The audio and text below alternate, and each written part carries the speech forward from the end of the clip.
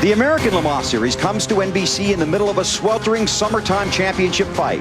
David Brabham has asserted himself as the series' hottest driver, teaming with Scott Sharp to give Acura its first win overall last week in Connecticut. Romain Dumas has 2 wins this year with Porsche teammate Timo Bernard, but some of the rough stuff from Dumas has gotten everyone's attention. This is a season packed with tight and intense racing, and in mid-July it's not just the temperature that is getting hot. Emotions are on edge, but that's where these drivers live. And today, the best in the world attack the challenging road course at Mid-Ohio.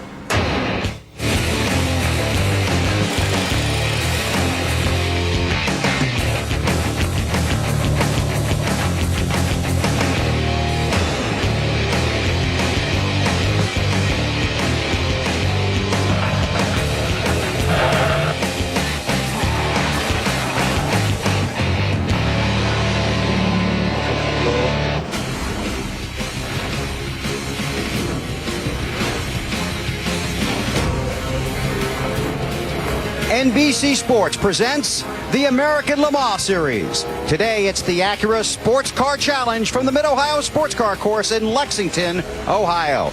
A partly sunny and hot day in the great state of Ohio. This course, one of the most popular in the country. Tight turns, elevation changes, and a long history that has showcased some of the biggest names in auto racing. Hi, everybody, our NBC Sports family on the road at Mid-Ohio. I'm Bill Weber. Thanks for having us in for the race. Here's what we've got for you today. 30 cars, 4 different classes, running 4 different races, all on the same track at the same time in the same traffic. One thing race drivers and race fans have in common, they love passing. If you're looking for passing, the American Le Mans Series is the place. Today, 10 different automobile manufacturers, 5 different tire manufacturers, all trying to get to victory lane, while at the same time developing new technology for your street car and studying ways to make this sport more environmentally friendly. This is race number 6 of 2008. The first 5 have been a blast. Let's get you up to speed and take a look at some of the action from the 2008 season. We'll start with the P1 class. And the Audis have dominated there for years, not just in class, but overall. 2 overall victories this year, in fact. But right now, they have their hands full with the fast and nimble P2 cars from Acura and Porsche. Last week at Lime Rock, Acura claimed overall honors for the first time, beating the Audis and Porsches. Yesterday in qualifying, Acura dominated. Gil DeFerrin snatched the pole from David Brabham. Don't worry about that spin in the final minutes. He's good to go, and he's with Marty Snyder.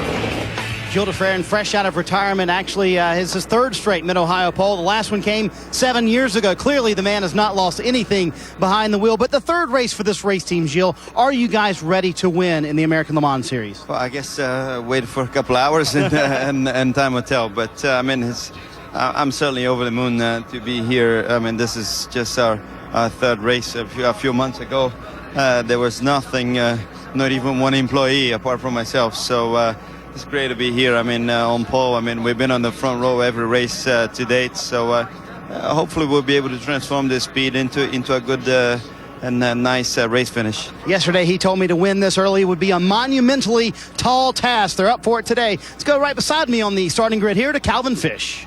Well, Marty, completing the Acura front row here at Mid-Ohio is David Brabham and Scott Sharp in the number 9 Highcroft machine. And David, coming on the back of that spectacular win at Lime Rock just a week ago, how much confidence and momentum has that given this team and yourself? Any win is a big confidence boost for the team, but obviously the home race and to be winning in that sort of way is fantastic. It's given everyone a huge pump. You know, we're on the front row again with the Patron Highcroft car, so you know, 2 Acuras on the front row, which is great. We're continuing that. I think Jill and our teams must be, you know, sort of like, well, you do it this time and we'll do it next time. But yeah, it's great. It's looking forward to it, actually. DB, good luck today. Thank you. In the GT categories for production-based cars, Corvette controls GT1 with 2 CR6s that use cellulosic E85 to propel General Motors into the era of green racing. Now, don't be fooled. Just because this is a 2-car team, there is no mercy on the racetrack.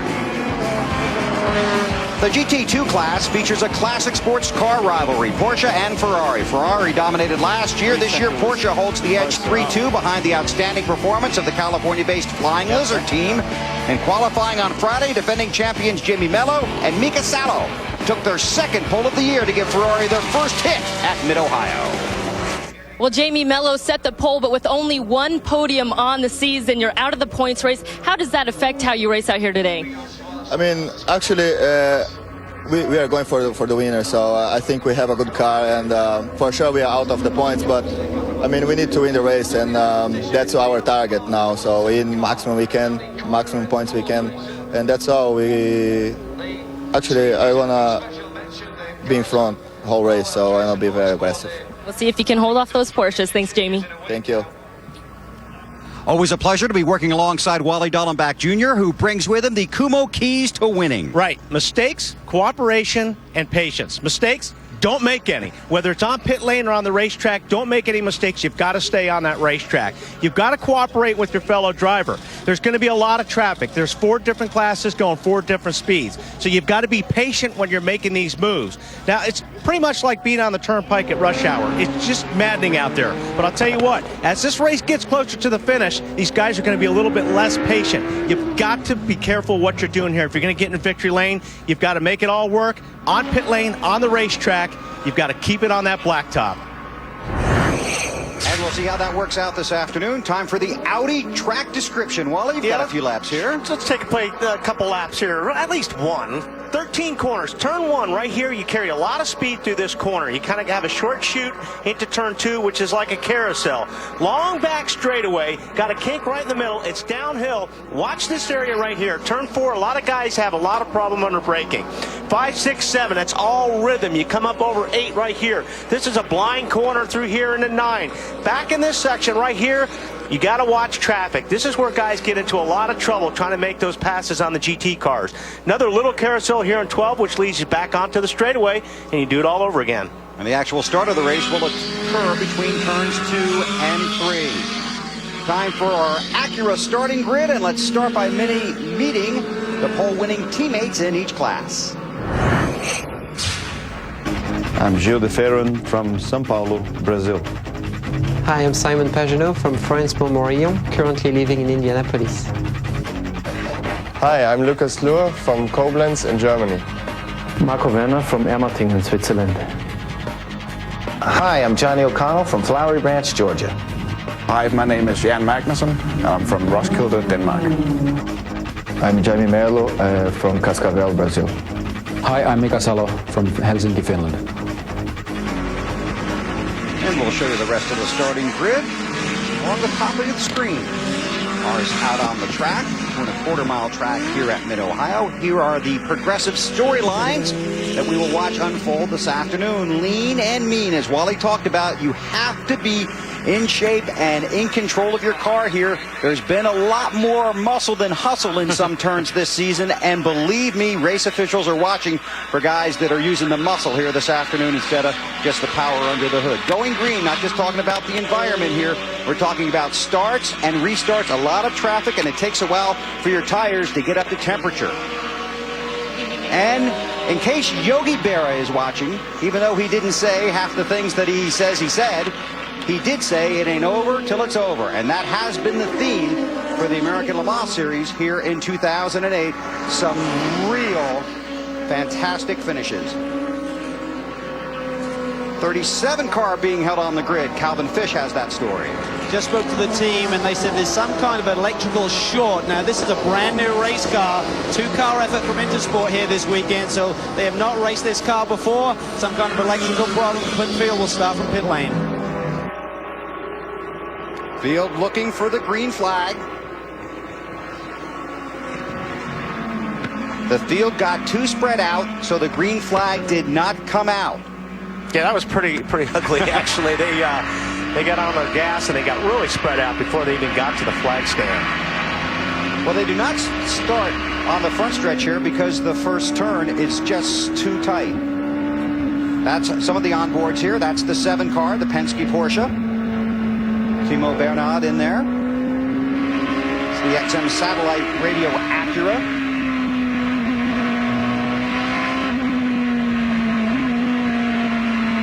And that's on board with your pole sitter, Gil de Ferron, in the 66 car. Pole sitter in GT2, the 66 car. Roof cam there.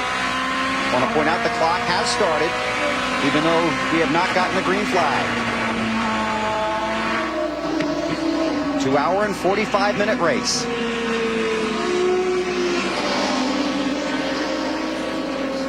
one more story from Calvin Fish before we go green here. Well, Bill, this may help out Audi. They were very close on making this on just 2 stops. They get about 53 minutes per fuel load, so they're looking at about 4 to 5 minutes shy. They needed some help from caution.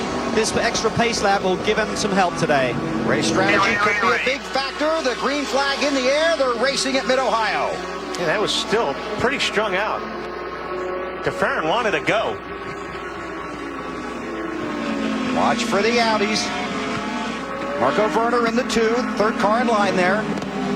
So far, pretty clean. Takes a lap or 2 to really get the heat into these tires. Get them working properly.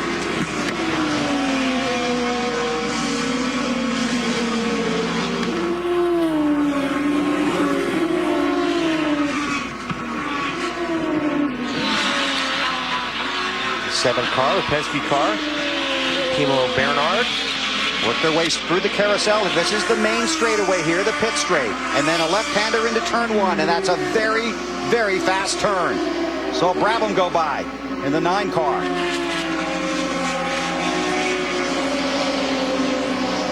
That's Scott Sharp actually starting that car, the Patron machine. There's the Penske yellow Porsche. Capella in the 1 car, the Audi, taking a look. Audi's extremely fast, but not exactly the easiest car to drive. Moving through traffic, got around the 26. It's a great shot on board with Capello there. You can see he's got his hands full of these Audis in this section of the course. Blind corner leads into the right-hander.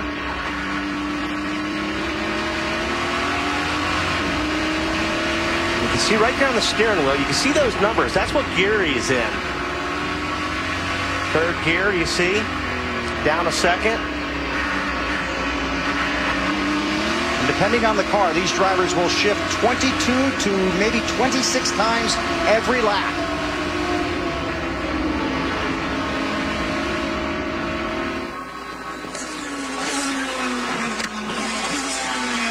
Scott Sharp.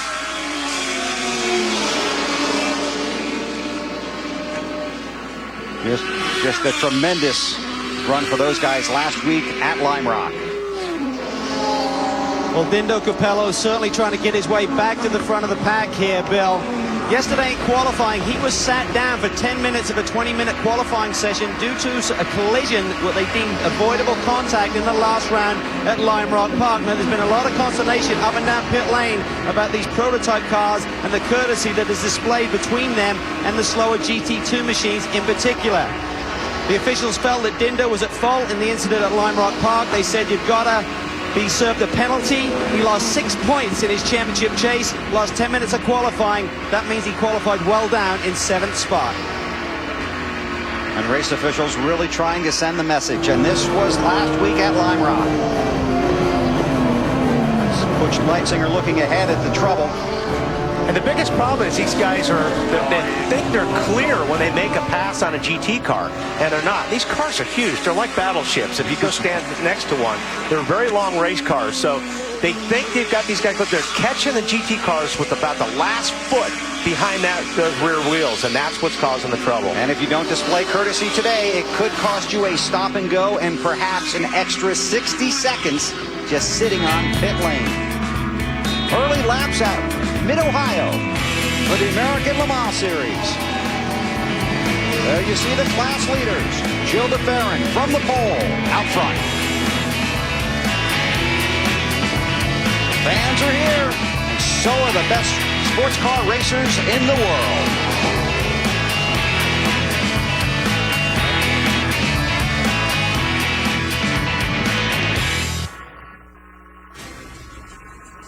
The American Le Mans Series on NBC is brought to you by Acura, Acura Advance. By Progressive, visit progressive.com today. And by Kumho Tires, get your style.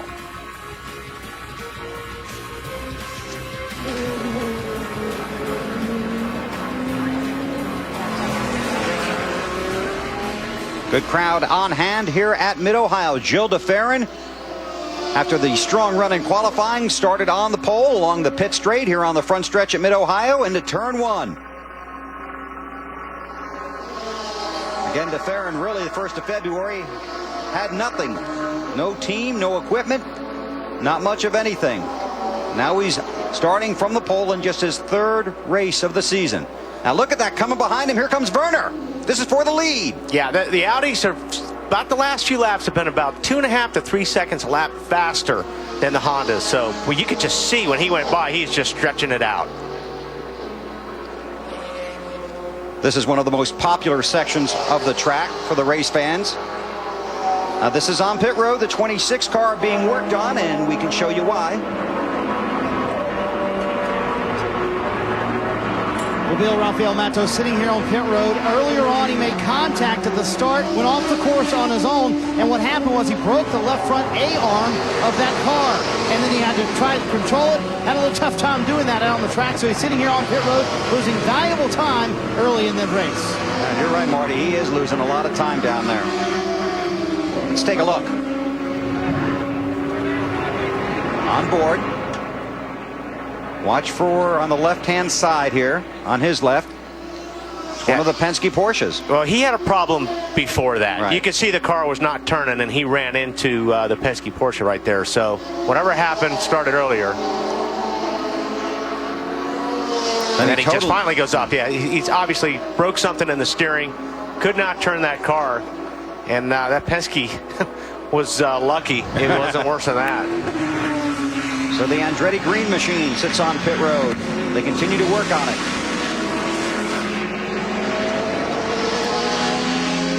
And Marco Werner out in front.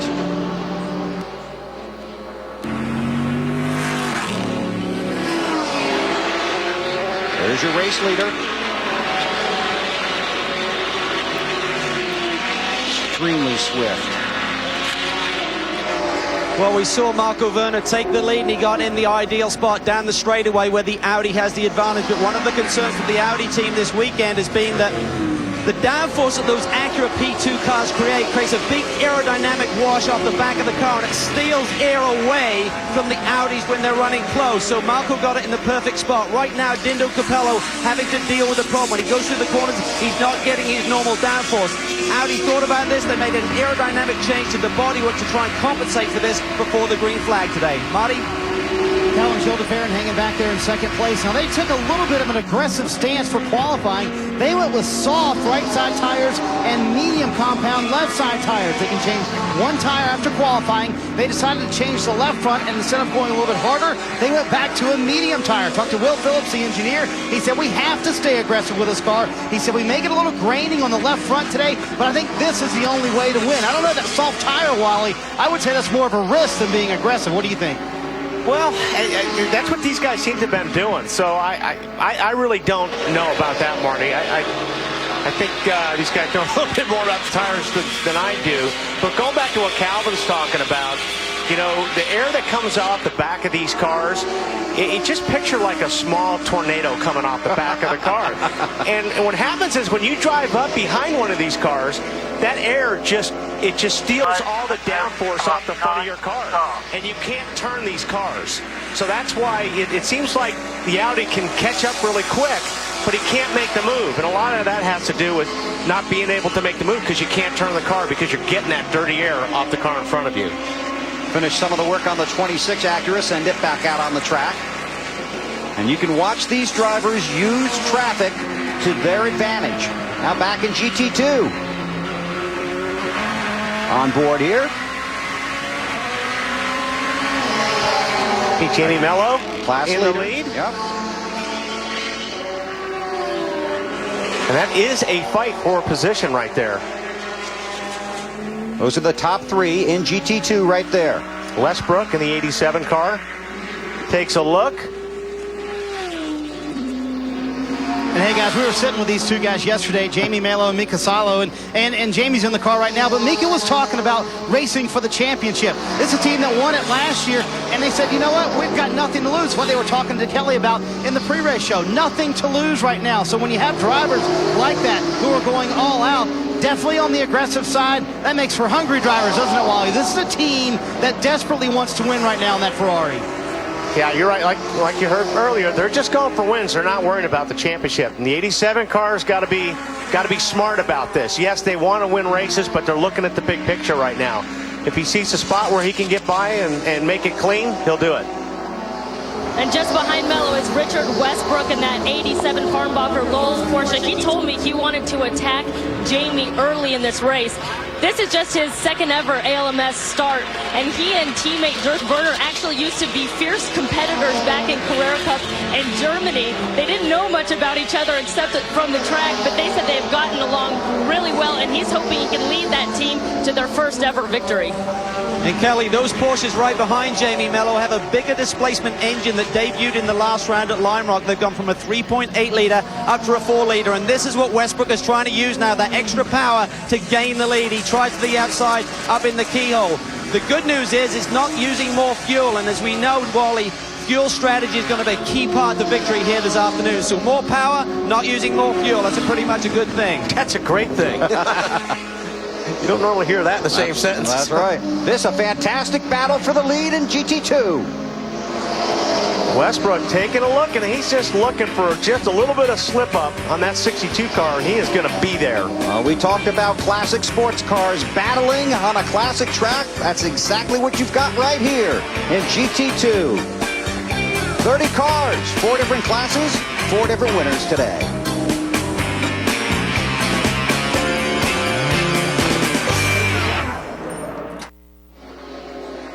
The Olympics getting closer and closer. Watch Olympic gold medalists Kerry Walsh and Misty May Trainer fine-tune their skills before heading to Beijing. The AVP Crocs Brooklyn Open coming up next right here on NBC. Take a look at the Michelin tire summary for today's race at Mid-Ohio. 20 of the 30 teams running on Michelin tires, and 5 different tire manufacturers represented here this afternoon. There has been some pretty intense racing all over this 2.25 mile track. Up front, it's the Audis. Marco Werner is the race leader by 2.5 seconds over his teammate. Dindo Capello has moved into second place. Yeah, Capello's made up a lot of ground since the start of this race. There he goes, chasing his teammate in that Audi. Took second place away from Gilles de Ferran, the pole sitter in the Acura. Here's how he did it. Kind of similar to what his teammate did, actually. Just caught him in a little bit of, with some slower traffic. And man, when these Audis get pointed straight, though, there's no stopping them. They've got some straightaway speed. Got some torque, don't they? Yes, they do. Man, they just cannot, but they don't handle very good. He slipped up there just a little bit, getting into that corner. And that's, like I said, that's a tough corner coming down that backstretch.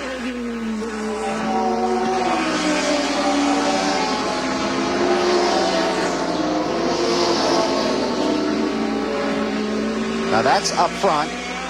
P1 in the overall. But let's go back and drop back to the GT2s. And these guys, it's like 4 cars within a couple of tenths a few laps ago. Yeah, Richard Westbrook there in the 87 car. He was working on Mello in that Ferrari. Finally got by him. Hasn't really left him. No. In fact, this has tightened up a little bit. Look at the traffic. That's on board with Mello. It's going through turn 1. You see, prototype car had to take up the inside, which got the Ferrari offline a little bit, and he had to lift, and that was all Westbrook needed to close the gap and make the pass. Hensler runs third in GT2.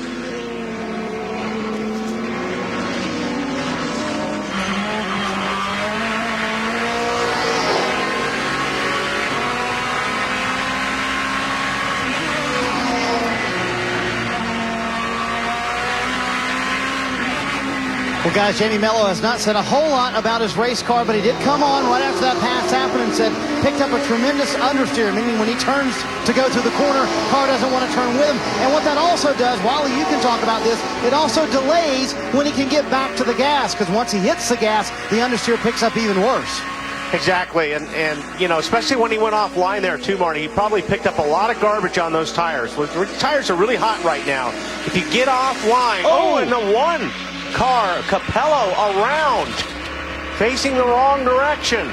Was running second overall to his teammate. Start function off. Didn't you say something about trying to keep the cars on? Start function off. It's not as easy as it sounds, Bill. Oh, he's got some pieces flying off that. That's not good. Anytime you see pieces coming off these prototype cars, that's an aerodynamic piece. Oh, oh, my. That was plain stupid right there. The Ford GT was trying to get the pit lane, and where he was trying to get the pit lane from is not how you do it. Lindo, is the car okay? Anyway, I saw some pieces come off the Audi, and see all these little wings and all these little scoops and stuff. That means a lot on these cars. These cars have so much downforce on them, and if you start losing those pieces, you lose your downforce. Now, we're not sure exactly what came off the car. Could have been a piece off the bottom or whatever. But every piece and every angle on that car is there for a reason. Absolutely. It's just like, see those end plates on the rear wing? If one of those were gone, it'd be almost impossible to drive this car. DeFerrin has moved to second. Calvin? Well, they're going to try and keep Dindo out on the racetrack. You heard the engineer there, Ron Mathis, say, is the car okay, Dindo? The reason being they are so tight on fuel, they cannot afford to come in early. They need to stretch the fuel tank capacity to its max, and even then they need help with caution. So this is the reason that maybe another team, one of the P2 cars, for example, if they thought there was a problem with the car, they could pit and still do it on one more stop. If the Audi comes in now, we saw green flag racing, they would need 2 additional pit stops. Wow. 54 car being held for 3 minutes on pit lane for extremely dangerous entrance to pit road. I would call it, I think I did call it something different, but yeah, I mean, that's just insane. That's not paying attention right there. There's DeFerrin, pole sitter, moved his way into second after Capello went around. That's a P2 car, the Acura. This, of course, the home course race for Acura.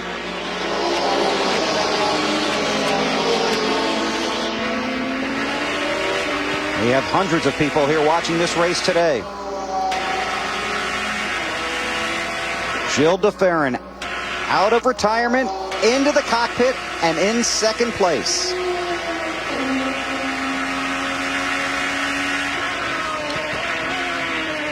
Coming up the 40-minute mark of this race. The fans have seen plenty.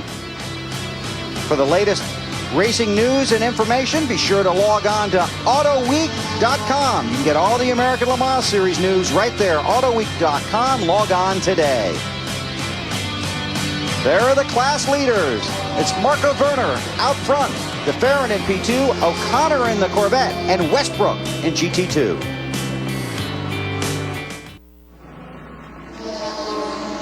NBC Race Family on the Mid-Ohio Sports Car Course, where Marco Werner continues to lead. You know, the American Le Mans Series is working together with the U.S. Department of Energy, the U.S. Environmental Protection Agency, and SAE International to put together the Green Challenge for Petite Le Mans in October at Road Atlanta. Basically, it's going to be a competition measuring 3 critical criteria: performance, fuel efficiency, and environmental impact.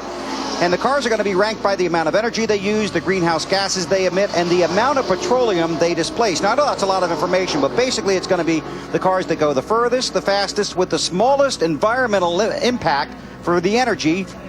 The guy that gets the lowest score is basically going to be the winner, and the teams are welcoming the challenge. Motorsport in general, but in particular the American Le Mans Series is you know, taking a big step forward in trying to at least solve some of these problems through racing, because, you know, this is an industry that really can push the technology very quickly. The American Le Mans Series has really led the way in this green initiative, and that's why Corvette's proud to be part of that. As you know, we're a world leader in flex fuel vehicles at GM with over 2.5 million on the road. We wanted to undertake that challenge. We wanted to be the first manufacturer, and we want to be the first one to win it. So you can look to Corvette to be in the winner's circle one more time, only this time with the Green Challenge.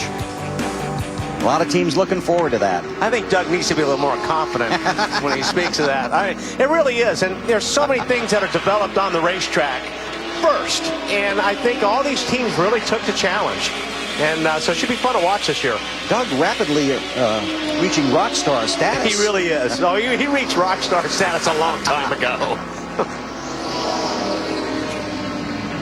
There's Johnny O'Connell, leader in GT1. Getting close to pit stops, and Calvin, a little extra challenge for the teams on pit road this week? There really is, Bill. When you think of changes to a racetrack, normally you think different corner, different racing surface, different curbing. The biggest change at Mid-Ohio this year is right here in pit lane. This pit wall has been extended by about 10 to 12 inches right here. It's up to 42 inches high. And during practice and qualifying, it was a real struggle for these crew to get over the wall safely without tripping. The officials have made a call during the race today. This one race only. All of the crew that are normally not allowed over the wall will be standing right here on pit lane. It should be safer, but remember, guys, whenever you change procedure and you're doing it for the first time, mistakes can still happen. Thanks, Calvin. You talked about it. No mistakes on the track, no mistakes on pit road. Oh, 54 car off course. You don't have to push. Yeah, we're done. Anthony Lazaro. They're on their way. One of those 4 GTs. No time. Copy that. They're coming to get you.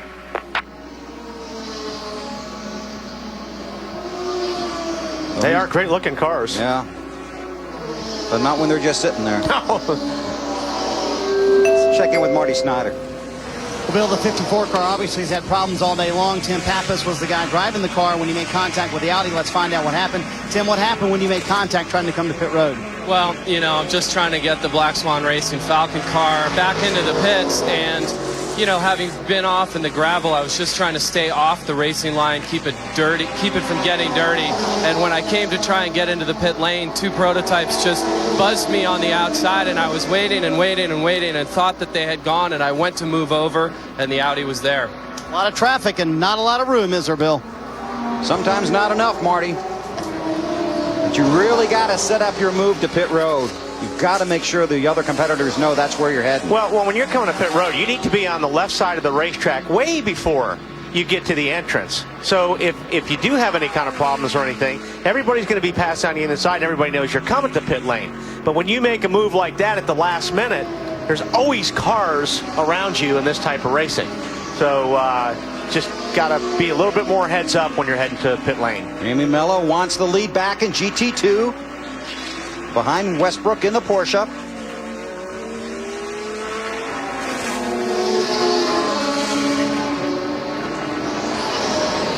Oh, wow. There's a 11 car. Full course yellow, full course yellow. Full course yellow is indeed out. That's the Dodge Viper. There you see the yellow flag. Boy, this might play right into the hands of Audi. Yes. Boy, you're in that deep, you're going to need some friends to get out. Watching here. Off the track, into the kitty litter. Deep. Yeah, that's there for exactly that. If you have a problem and you run off, say you lose your brakes or whatever, that stuff will stop you. It'll slow you down. That's the good part. The bad part is once you're in it, you stay in it until the tow truck or somebody comes and pushes you out of it. First caution of the race since we went green. And the pace car will pick up the field. Fortunately, he's going to lose a lot of time sitting there waiting for help. Werner is the race leader. Capello in second. Those are the Audi teammates. DeFerrin third in the P2 car. Scott Sharp. Then Bernard. The report is pit road will be open this time. You know, very busy place. We can look down pit road and see most of the teams already over the wall. As Calvin pointed out, anytime you make a change in your routine, the goal is to keep it as normal as possible, Calvin. It certainly is, and we see the crews over the wall for the first time. They have to remain in contact with that pit wall other than for the Audi team. Normally you're allowed the team manager and the vent man on the fueling. For Audi, they're going to be allowed an additional guy all the way out away from the pit road, and that's because they have this very strange situation here at Mid-Ohio. The refueling has to be done on the Audi that was designed for Le Mans from the right-hand side.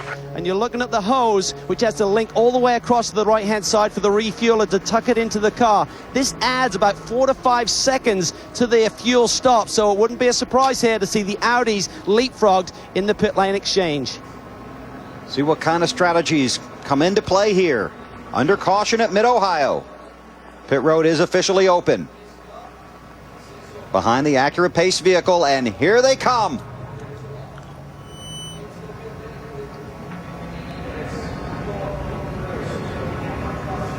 Slowly down to pit road speed. Crew goggles, gloves, touch the wall. The two Audis leading the way. DeFerrin, the pole sitter, pits from the 3rd position. To Marty Snyder. And Bill Gilles DeFerrin gets out. This is what he told me before the race. Honestly worried him. Simon Pagenaud getting in the car. Driver changes have not been the smoothest. Again, they're only 3rd race, trying to get this done as quickly as they can, Calvin. Both Audis are in, Marty. There's going to be driver changes and fresh sets of Michelin tires going on to these Audi machines. They run a medium compound all the way around, so no split strategy here on the compounds. And again, they have to wait for the refueling to be finished here in the American Le Mans Series before any servicing can take place. About 5 seconds longer on that fuel. That was about 33 seconds there to get 81 litres. They get 10% less than the LMP2 cars. DeFerrin is out of his pit box. Can the Audi boys get this service done? Lucas Luhr fires it up. Fantastic pit stop by the 2 machine. Well said. 62 car on pit road. Jamie Mello started that car. Now they go ahead and change the tires after the fueling. All this happening under the yellow. Calvin Fish. Pat Long takes the number 6 machine, looking for their first victory of the season. They've been on the podium 3 times. This team led by Roger Penske. He's making the calls. He's up in his pit box right now. He doesn't look like a happy man. There's the captain. They dominated here a year ago. Thumbs up from Roger. And that guy's been fun to watch this year. Under green, or rather under yellow. Gonna go back to green when we come back to Mid-Ohio on NBC. Back at the Mid-Ohio Sports Car Course for the Acura Sports Car Challenge for the American Le Mans Series, and just a disastrous pit stop for the 87 team. Kelly. Problems here at the 87 Farnbacher Lowe's Porsche. Having problems getting the car up, getting the tires on. I saw a radio cord get stuck in the door, all kinds of problems. A much slower than usual pit stop for the GT2 leader. They were leading at Farnbacher Lowe's. Man, that was a nightmare. Yeah, it's like they plugged in the air hose and the jacks didn't fully extend. Right. And it was almost like it had a leak, because then they started to drop back. See if we can take a look here. Okay, they put the air hose in, and the front jacks fully extend, but the back jacks don't. It's almost like the hose didn't have enough pressure. And you see the guy back at the bottle. He's giving it more pressure to try to get the car off the ground. And they take off the wheel, and the car just completely collapses. That's a bad deal if the car falls down like right now, because got no wheels on it, so it's going to fall on your rotors or whatever else is hanging down there. They're lucky that actually happened under caution. If that would have happened under the green, it would have really cost them. That was a disaster for the 87 bunch. Each race we have our new addition to our announced team, our Cub reporter, and this week is no different. Hi, I'm Marino Franchitti. I'm going to be your Cub reporter today, and I'm going to go and ask some of the drivers of the ALMS about their guilty pleasures. I've got to be very respectful here, because I know that Johnny can kick my butt, so... Mr. O'Connell, I'm out here asking drivers, what are their guilty pleasures? As far as TV goes, you know, you ever watch Rock of Love? You know, that rock star guy, and he's like, anyway, I like that show, but no, not a whole lot. You know, my guilty pleasures really are, I haven't seen this. Can you explain it to me a little bit? It's Bret Michaels. He's with Poison, and he gets like, 50 or 60 women, and they're all trying to make him fall in love with him and all that kind of stuff. There's got to be something that you're singing along and you're feeling guilty about it. You're thinking, okay, there's one George Michael song that I've got on there that occasionally might pop out. But other than that, I mean, which one? I borrow all the other Ricky Martin stuff from you, though. Oh goodness, no. I don't know. We play the air guitar. I mean, I won't say dodgy music, but yeah, Guitar Hero, and I thought we'd look at Monkey Wrench. And who won Guitar Hero? Yeah, you just got it by a few points, but he's played it more than me. Can you show the people your Guitar Hero move, the little twitch of the leg for the people? Sure thing. Bad music, real dark, heavy rock. So you're making a lot of noise in your Corvette, and you make a lot of noise when you're in your street car listening to music, huh? Absolutely. I'm only allowed to listen to that when I'm alone. My wife won't have it. What does she listen to? What does she make you listen to? I don't know. I'm not listening. Now, some of these guys you've seen today, I wish I could just now tell you all of their proper guilty pleasures, but, this is a family show. So, for NBC Sport, I'm Marino Franchitti. Nice job, Marino. But you gotta get that stuff, and then you gotta get it out there. That's the job of the Cub reporter. I like Magnuson's.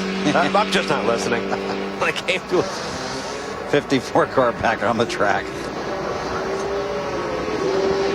Marty?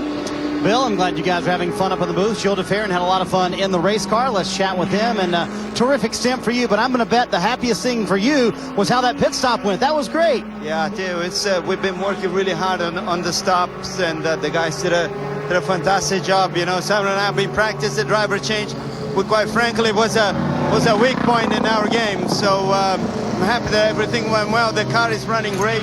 We just got a little bit of oversteer, but I think the track should come to us, so we're looking good. He made a slight chassis change on this stop, but he said he left Simon with a very fast car. Calvin? Well, the championship leader in GT2, Jörg Bergmeister and Wolf Hensler, having a problem here. They were replacing some fluid underneath the hood of this race car. I believe it was brake fluid, either that or clutch. There's some kind of bleed. Looks like he's pumping the brake pedal up. So Pump it up and go. So Hensler reported before he came in, I think it's clutch because he can't get going here. So I think it's clutch issue. And he's trying to get it moving on the starter motor and just get some life into that thing without the clutch operating. That's what he's trying to do. The fuel is pouring out of the exhaust. There's flames coming out of the exhaust. Jörg Bergmeister, the championship leader, in trouble here today. Been some tough times on pit road for the GT2 class. Yeah, if he can get that thing going and get it out of pit lane, you don't really use the clutch any other time. So once he's rolling, he'll be okay right now. Just on the pit stops, it's going to be tough. And his teammate, the 46 car, ran over an air hose, we're being told, on pit road. And once we go back to green, that'll be a stop and go penalty. Yeah. Well, when it rains, it pours.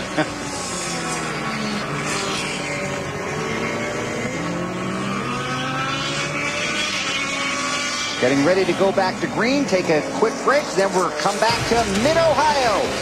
The leaders have been on and off of pit road. Driver changes complete, getting ready to go back to racing.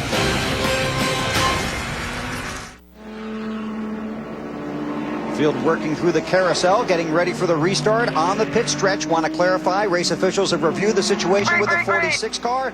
No penalty for dragging the hose. So he will not have to serve the stop and go. Here's that tight turn one. Yeah, Pagano did not get a very good restart there. Oh, we got a prototype off right on the straightaway right now. But Pirro takes the second spot away. Here comes the 7 car, the Penske Porsche. Dumas behind the wheel. Remember, on these restarts, it's going to take a while to get these tires up to temperature. Yeah, see them swerving? They're under green, and they're trying to get a little bit more heat. Oh, and Penske takes a look under Brabham, and Brabham shuts the door. Patrick Long. And that's 6 car, and he's still taking a look. Patrick Long is a fun driver to watch. Yeah, and let me tell you something. When you think somebody's put a block on you, and that was a fairly blatant block, you're not real happy inside that car. So I'm sure Patrick was really He's up on the wheel right now. He'd like to get by that car. And we talked to him here over the weekend, and when you're driving for Roger Penske in the stable of drivers that he has, Patrick just said he is having the time of his life this season.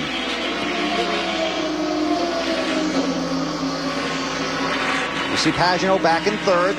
That's the second place car of Pirro, as Wally talked about. Got the good restart. Then Dumas in the Penske car. Then DB in the Patron Acura. And here comes Patrick Long.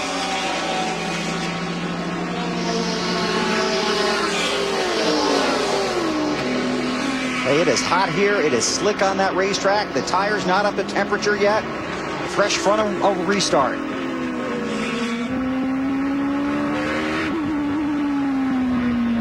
On board here with Dumas.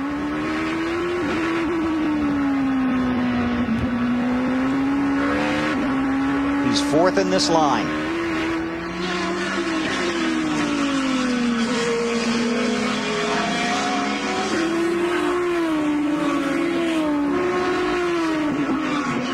Lucas Moore has really moved away.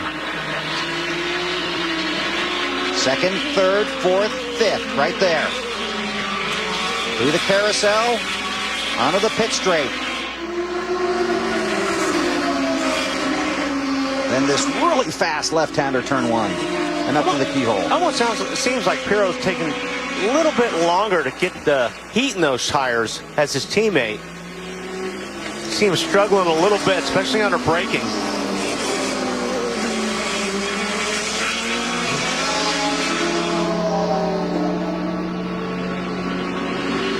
We watch the leaders up front. Check with Calvin. Here with Dindo Capello. Dindo, great opening stint there, taking the car from 7th up to 2nd. Once again, the Audi looking very strong in race conditions.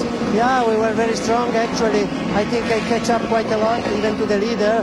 And unfortunately, everything what happened, I even don't want to comment it because... seem to be always be in trouble, mate. It'll turn you grey. I hope I can turn dark back dark to dark. Would be great, but you know, it's a shame to lose.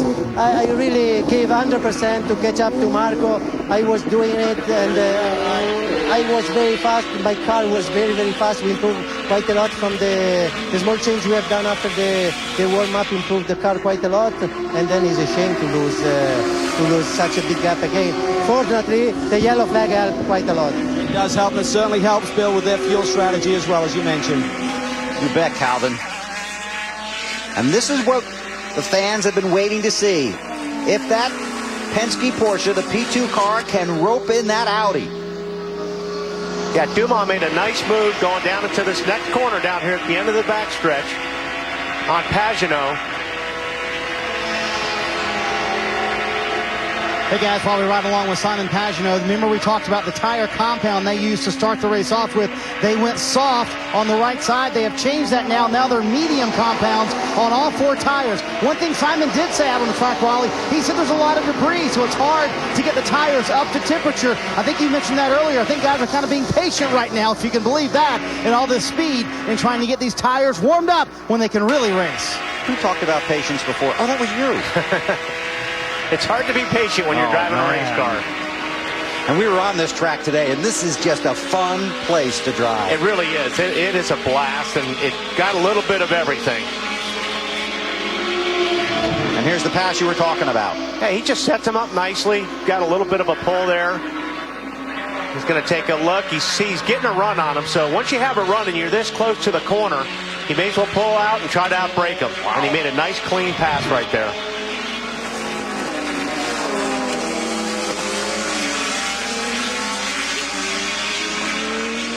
So Dumas, now he's got Pagenaud right on that rear wing. I think Pagenaud wants it back. A 7 car runs down the inside.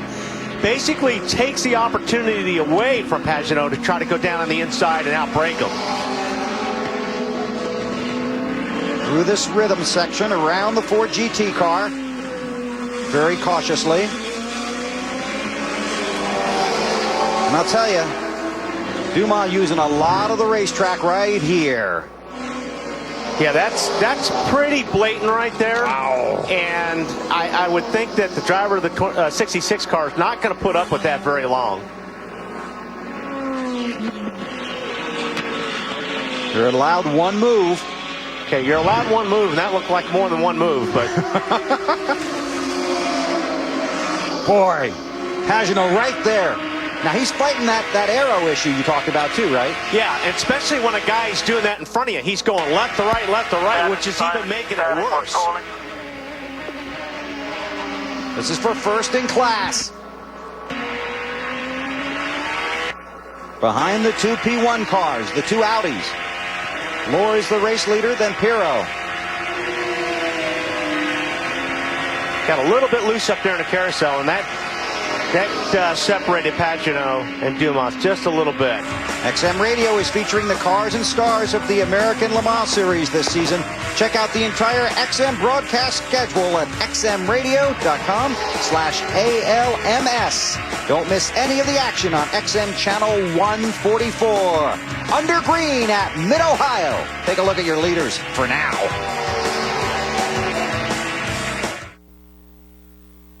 Our NBC race team in Lexington, Ohio, later this afternoon, up I-71 to Cleveland. The biggest names in action sports bring it with the next big jaw-dropping tour stop, the AST Dew Tour. Right guard open today, 4 Eastern on NBC.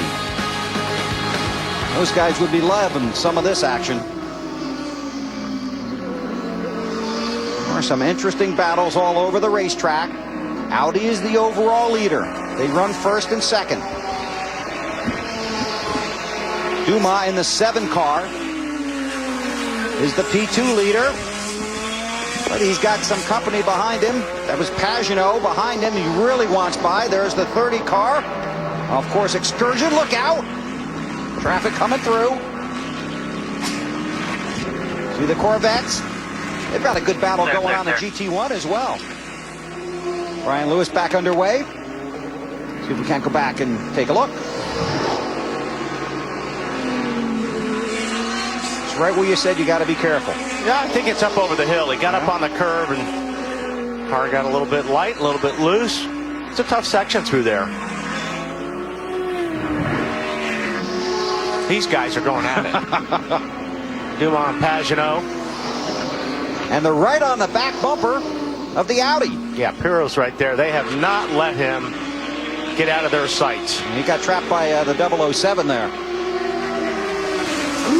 Pagano's taking a look. Wow, that's a tough place to make a pass right there going into turn 1. Brabham's on the move too. Marty! And I've heard Wally's word patience mentioned a few times on Pagano's radio. They told him not to go early in the run because, again, the tires were not up to temperature. They called in and protested the blocks. They have warned the car in front of him to not block anymore, and they keep telling Simon on the radio he'll make a mistake eventually. When he does, you better take advantage of it. They've indicated to the 7 car need to show a little bit more sportsmanship here. Don't want any of that unsportsmanlike behavior out on the racetrack. And that's referring to the blocking we showed you a few laps ago. This is on board with Simon Pagano. That car was the pole-sitting ride. Gilles de Ferran put it there earlier in the weekend with a fantastic ride. Latest on the 7 car from Calvin. Here with Timo Bernard, who did the opening stint in the number 7 machine today. Timo, we see Romain being very defensive out there on the racetrack. What are the race regulations on what are you allowed to do to defend your position? I mean, what you're allowed to do is you can change your lane one time, but then you have to commit it to that lane and have to stay on it until you pass that turn. So, and that's what he did, and I think everything is clear, and he does a good job out there. Certainly a well-supporting teammate here, but Timo, you're certainly feeling the pressure from Acura right now. They seem to have done a lot of development. That car has tremendous downforce. What's the rest of this championship season going to be like for you? Well, we have to see. I mean, at the moment, we've been very quick in Lime Rock, and we've been quite quick here. But here, Acuras are very strong. But I'm looking forward to the next races. They're looking forward to it. Caution on the racetrack, Bill. And you could tell he was a little distracted for a number of reasons. Full course yellow, Chris Hall off the track. But first the Audi got trapped in traffic, and then the 7 car got passed. Yeah, it all happens quick, and that's basically the mistake you're looking for. Right. Marty was talking about, it's not really a mistake. You just want to get, you're hoping that the guy in front of you gets hung up a little bit, whether it's prototype or GT or whatever. And if he gets hung up and he's got to get out of the throttle, you have an opening somewhere to make the pass. And that all happened up in turn 2. Both Pagano in the 66 and Brabham in the 9 got around Patrick Long.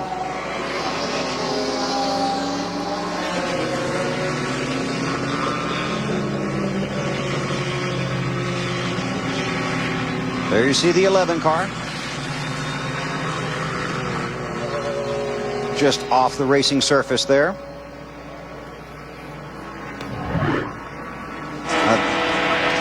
Let me correct something. That's Dumas we're looking at right there. And you're on board with Pagano in the 66. Yeah, you see Dumas. He just had to lift a little bit because he got hung up there. From the chopper. Boy, and it didn't take much. He lost 2 spots just like that.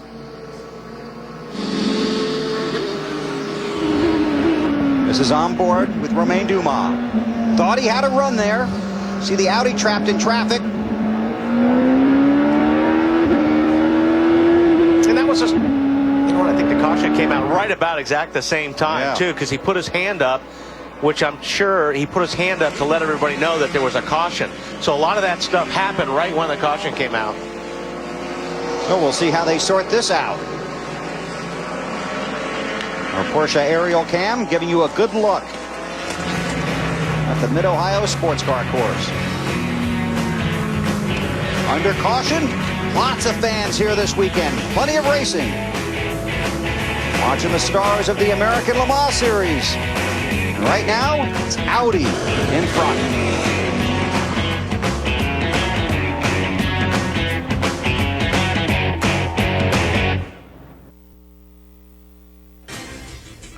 The American Le Mans Series on NBC is brought to you by Mazda, always the soul of a sports car, and by Yokohama Tires, uncompromising performance. Just past the halfway mark in the Acura Sports Car Challenge at Mid-Ohio.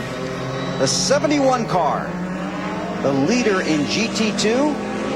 The 62 car, Jamie Mello basically pitted too soon. That has cost them a lap. We saw the trouble on pit road for the 87 car and also for the some of the Lizard cars. So, Kelly, 71 cars got the lead in GT2. Well, strategy and luck paying off once again for the 71 Tafel Ferrari. Now, this is the second time this season we've seen them go from 4th to 1st in one pit stop. Dominic Farnbacher took on the first stint, and now you've got Dirk Mueller behind the wheel, and I'm sure you have all the confidence in him in the world to bring this thing back in first place. I guess Dirk is an awesome driver, and all the experience he puts into this effort, and we try to win, of course, and I'm very happy. You got a new suspension package that you're trying out the first time in this race. What kind of a difference has it made out there? I mean, Ferrari definitely worked on our car because Porsche's made a big step during the season, and it definitely improved the car in the fast corners, more stability in the rear, and it definitely gives you more confidence. Okay, well, we'll have to see if that 87 Porsche gets a wave around, if they can hold them off. Bill? Thanks, Kelly. And he gives a lot of credit to Dirk Mueller for helping him learn how to race those cars. Doing a fine job. He's about 23 years old, rising star in the American Le Mans Series. Time for our Michigan tire tip. Time for our Michelin tire tip. Here's Calvin. Well, Bill, Michelin are coming off the back of their 40th consecutive ALMS victory, and the reason they do that is because they come well armed with a number of different options in compound. If we look at the range, they have soft, medium and hard. Now the soft tire will give you great grip, but it may wear out too quickly to get through a single stint. If you're on the hard compound, it may give the teams the option of double stinting tires. Now during practice, this is the typical setup that we saw on a lot of the prototypes. Because Mid-Ohio is predominantly right-hand turns, they run a harder left side compound. Left rear, left front. On the right-hand side, they go a little bit softer to the medium. Now in qualifying, some of these teams were looking for more front grip, so they switched this hard left front for a medium, the right front from a medium to a soft. Now this will not work in the race today. Now you'd think we'll just change back to this, but there's a rule in place, you can only change one tire. So how do you get two different tires back to this? Simply put, you get rid of this soft, you move this medium over to the right side, and then you can replace this tire. The one tire you want to change is right here. So by just changing one tire, you're back to what you started with in practice in the race. You've got good grip throughout the stint. So Michelin once again showing that they have the options for drivers on the street and on the racetrack to give you the performance you're looking for. Well done, Calvin. Still under caution here at Mid-Ohio. Here are your GT2 leaders.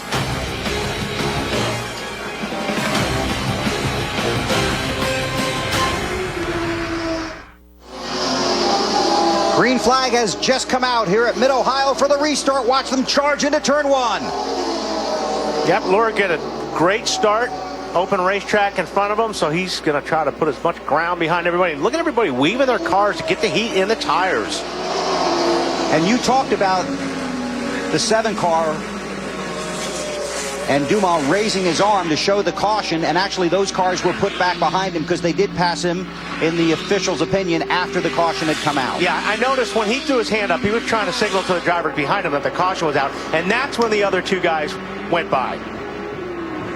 See those drivers weaving around, Wally, and I think what may be happening, they may have got some pickup. When you stay out during a caution on hot tires, there's these little balls of rubber that form on the outside of the racetrack. It's very easy to pick them up. You don't have the same amount of grip, so I think the drivers on this first lap or so are just trying to clean those tires off to get back to the proper contact patch. And Calvin, speaking of waving the 7 back by the 66, Simon Pagenaud was not very happy about that. They felt like they were in the act of passing the 7 car when the caution did come out. They feel like they belong back in front of the 7 car. Now they've got to work through all this traffic to get back the spot they felt like they had. That's on board with Romain Dumas. Coming up to the turn 1, that fast, swift left-hander. Yeah, you can see he's about 125, 130 miles per hour through that corner. And that's really narrow under that bridge. It really is. Here's Carousel. We're still carrying a lot of speed through here, 80, 90. We should just be hitting right under, when qualifying, they'll be just under 180 miles per hour down at the end of this back straightaway.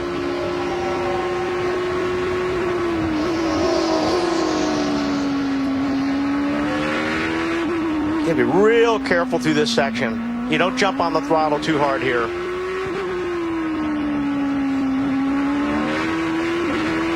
Woo. Really busy here. You're really busy.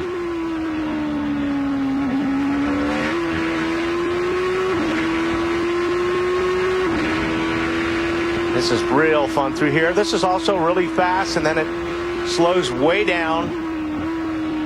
Right-hander, then a quick left, right back on the straightaway. And that's a lap at Mid-Ohio in about 1 minute and 13.4 seconds. There's Pagenaud. Plus 2.6 to Brabham. Good job, son. Marty, you've been listening to Pagenaud a little bit on the radio, haven't you? Yeah, I've been listening to him a little bit, and he had a little interesting experience under the caution. They have different fuel settings on these cars. And Wally, you can talk about this. There's a fuel setting that saves as much fuel as you can. He had been in one part of the racetrack under caution in 2nd gear in that fuel setting. All of a sudden, the car wouldn't go anymore. He didn't know what had happened. He had never experienced that before in this type of race car. Thought the car was actually having a problem. Instead, it was all fine, and obviously they're very fast. And I cannot tell you how happy Gilles de Ferran is here. He's in the pits, smile on his face, his car running up front. They had an excellent pit stop. I'm sure he would love a podium, but he'd also love to win this thing today, too. Yeah, the car, it almost feels like the car's running out of fuel. It runs really, really rough, and it's like, you know, you've got your foot on the gas pedal, and then all of a sudden the gas shoots to it, and it lights up. And you think the thing is blowing up or something's wrong with it. We see Romain Dumas leading the P2 class once again. The team have had 3 victories this year, and it's not just the performance on the track, it's the performance right here in pit lane. The crew, the over-the-wall gang as they call them, work out at 9:30 every day at the shop, lugging those big wheels around, about 40 pounds in weight to change a rear tire on that machine. You have to be fit, you have to be ready to go, and at least twice a week they practice their pit stops. They are the best in the business. They can typically change all 4 tires in about 8 to 10 seconds, and they also seem to have an advantage in getting the fuel in very quickly to that fuel tank. So Penske, as always, thinking of everything. Yeah, Calvin, you're right. Those pit stops are so important. And every little second that you can shave off a stop is going to help you on the other end. That's the 30 car, and that's not a good place to be. Get it refired. Get it refired. Yeah, I'm not sure if he's not high centered there or not. If he is, he may not get out of that spot without a tow. John Faulkner. It's hard to tell if he is at that point, but yeah, it looks like he is. He's got the car in gear, and the rear wheels spin, which means you're high centered, so he's not going anywhere without help.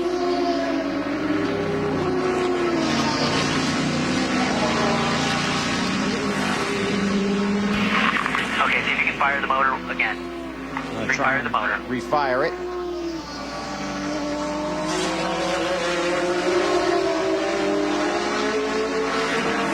I would think they'd probably have to throw a full course yellow here if he doesn't get out himself. Boy, I'll tell you what, if they do, that's going to be very interesting, because the Penske cars, those Porsches, are right on the edge of their fuel window, and there's no way the Audis could go the distance from here. See the clock ticking down. Full course yellow. Pit road is closed. Full course yellow.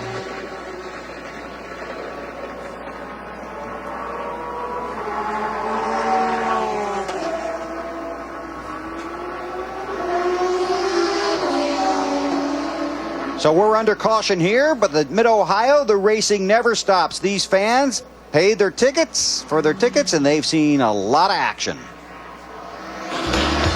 Fans really get their money's worth when they come to Mid-Ohio. Plenty of action on the track. A couple of IMSA Challenge races. This is the second one from earlier in the weekend. The number 4 car, Bob Fietta, started on the pole, but Tony Rivera and the 97 worked his way up and took the lead. And then on the same lap, the number 15 of Dino Steiner passed Rivera for second. Turned out to be a big weekend for Bob Fietta, taking the checkered flag here. In fact, he pulled off the weekend sweep. 28-car field for the IMSA Challenge Series, and Bob Fietta won them both here at Mid-Ohio. Plenty of action still to come here from Mid-Ohio, the road course in Lexington. And we'll continue on NBC in a moment. Our NBC Sports coverage of the American Le Mans Series continues. We're at Mid-Ohio Sports Car Course for the Acura Sports Car Challenge. We are under caution. Most of the field has been on and off of pit road, but there was an incident on pit road just a few moments ago. It involved the 66 car of Simon Pagenaud. This is Gilles de Ferran Motorsports, Wally. Yeah, watch the fuel hose. Now, see, it looks like everybody from behind that the hose was clear. So they told the car to go. Well, the hose was not clear when the car went. It just ripped the hose from the tank. Obviously, it spilled fuel everywhere. The emergency personnel were on the scene in a hurry. Marty Snyder is down there now. And Bill, we're catching up with Gilles de Ferran, who has been consoling his team members here. What happened from your perspective? You were awfully close. Yeah, I mean, it was we had some difficulty unplugging, and it was like in a split second, everything was on fire. So it's an unfortunate situation, you know. I mean, it's one of our guys has a few burns, and they're taking him to the hospital now. But the first indication is that he's fine, and he just has a few burns. So it's a tough race for us. Obviously, we're doing very well. You know, Simon was doing a great job in the car there, but you know, obviously that's not as important, or nowhere near as important now. You know, now our thoughts are with Jonesy, the guy who was in the incident. And that is very secondary indeed. Gilles going to head to the hospital here with a couple of other team members as we speak. Bill. All right, Marty, thanks a lot. And we can tell you that injured crew member was put on a stretcher. The emergency technicians were there very quickly. He did appear to be sitting upright, and it looked like he gave a wave to the team as it was loaded into the ambulance. That is the most frightening element in any form of racing, fire. But I'll tell you what, those fire guys were all over it. Those extinguishers were on that guy when he was on the ground within a couple of seconds, and boy, that is refreshing to see. And that's why everybody wears a fire suit down there on pit road as well. We continue under caution. The cleanup continues on pit road.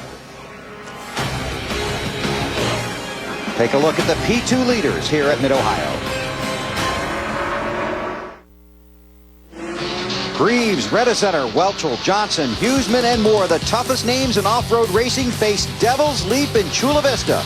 Championship Off-Road Racing, live next Sunday, 3 Eastern on NBC. Getting ready to go back to green here at Mid-Ohio. But there has been plenty of action under this rather lengthy caution period. And we said no mercy among the Corvette teams, right? You did say that, Bill. Here are both teams on pit road under this caution. First, the fueling. Drivers making a change. O'Connell in, Beretta in. Have to wait to put on the tires. Now, these are the only 2 cars in class, but they are teammates, and they say they race each other harder than they would race their worst enemy. And it's hard to believe sometimes when there's only 2 cars in this class, but watch this. This is coming off of pit road. Look at that. That is spectacular. And, you know, O'Connell's in a 3 car. And it's not quite over yet. Let's check with Calvin. Doug, I think that moment says it all about the competitive spirit between the 3 and the 4 team. Yeah, you know, it really makes you wonder why you need more than 2 cars in any given category. I think it really is a testament to how close these cars are, not only competing on the racetrack, but in the pit lane and leaving the pit lane. It was pretty exciting for everybody, I think. I know you've been doing interviews here for the last couple of minutes. I'm not sure if you're aware. We understand there may be a penalty to both cars, so there's a certain irony. They may have ran a red flag down there at the end. Oh, they both ran the red flag. The question becomes now as to which one gets to serve the penalty first, because that, in fact, will be the car that comes out leading. So the officials are trying to figure out who left pit lane first. I couldn't tell you because I couldn't see the line from up on my tower. It was too smoky. Great stuff, man. It was fun, wasn't it? Being told it to be a 2-minute and 40-second penalty. And I'll tell you what, I don't know who's going to come out ahead, but Johnny O'Connell wants to get by that car really bad. Here's one mad guy. I know Johnny. But wait, there's more from pit road. Take a look at this. 62 in the 87 car. They seem to play a little bit nicer. Yeah, so far. A little roundabout. But the 62 is going to have to come and serve a stop-and-go penalty. For the vent hose, leaving before the vent hose was disconnected. We go back to green. And Pirro does not waste any time getting by that Penske of Dumas. Fernandez there in the 15 car. We haven't really talked about him much today. Oh, and he's getting shoved a little bit by the 6 car of Long. We can tell you the race-leading number 2 Audi did not take tires when they stopped. Fernandez down on the inside. Taking a look at David Brabham. Oh, I don't know if that'll work. Wow, Brabham's going to lose 2 spots here. Mika Salo, after serving his penalty, back out on the racetrack.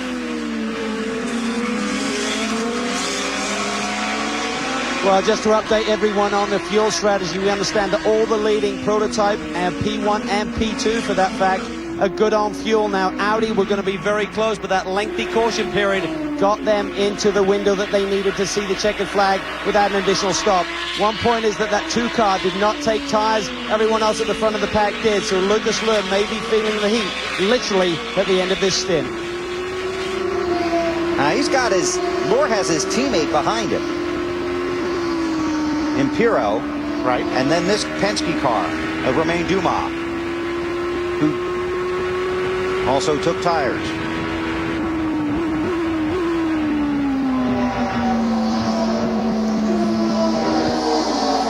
And here come the boys that did not play nicely with each other. They're going to serve the penalty together. Now, you know what that means? They're going to leave pit road together.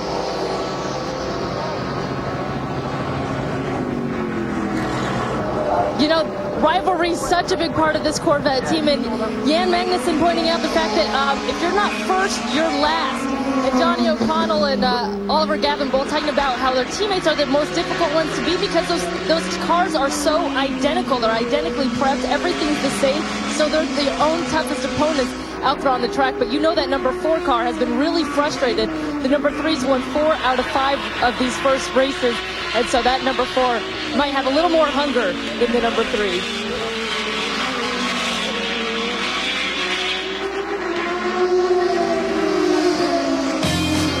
There's the battle for second.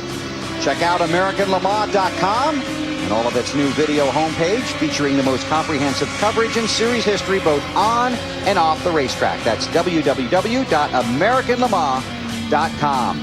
There are the class leaders. Not a lot of time left in this race. See what happens. The American Le Mans Series on NBC is brought to you by Audi, Truth in Engineering, and by Hand-Cooked Tires. Tame the road.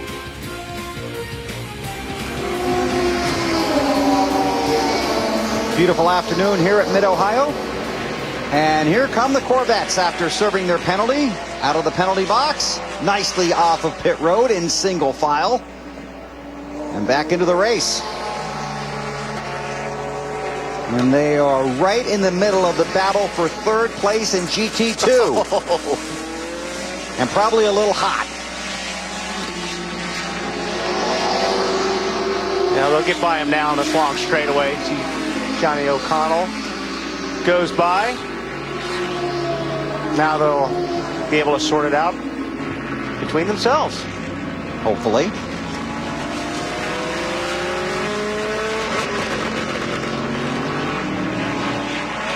'87 a Werner. Dirk Mueller is the GT2 leader. Guys have run good all day. Just had a bad break in that pit stop. Really cost them. There's the class leader. That's 71 car.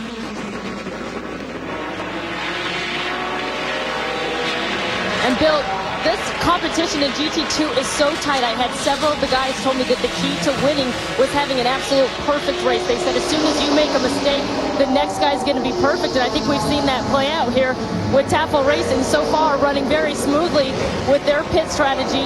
And things kind of, little things here and there falling apart for the other guys, and that could make all the difference. Thanks, Kelly. There's the 73, the team car for Tafel. Running a little deeper in the field.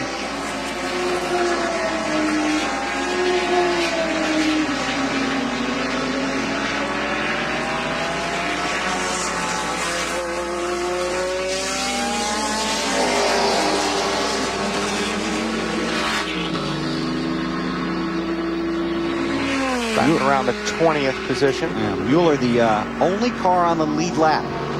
Yeah, and I think he's about to put the second and third place another lap down. Running well, got helped by some of the problems other teams had on pit road and by the wave by.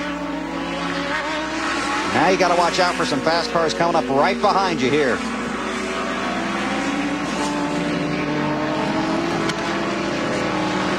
There's the 007.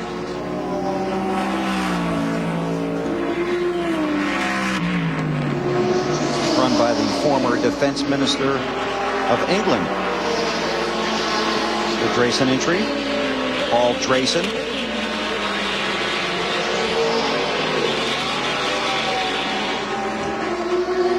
Paul has a few more years on him than his co-driver. Great looking car.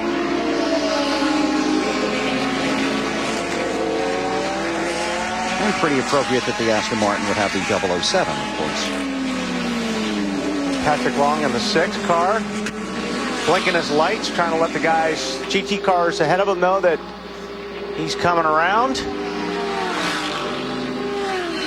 There's the 18 car in GT2, the BC Racing machine, Porsche 911.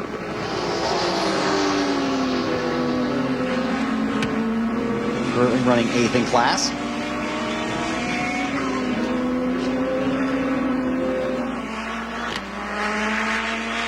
And there's the 40. One of the 4 GTs in the race. Andrew Robertson at the wheel.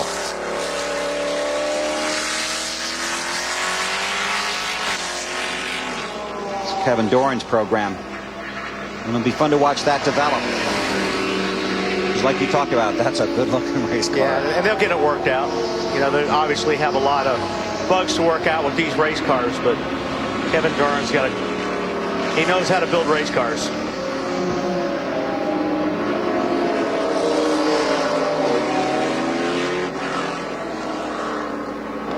Meanwhile, up front, Lucas Lohr continues to lead his teammate by a little over 6 seconds. So the Audis run 1-2, looking for the overall win here at Mid-Ohio. You see the class leaders, lots of time left, but everybody looks good on fuel. See how it all plays out this afternoon. You're watching the American Le Mans Series on NBC.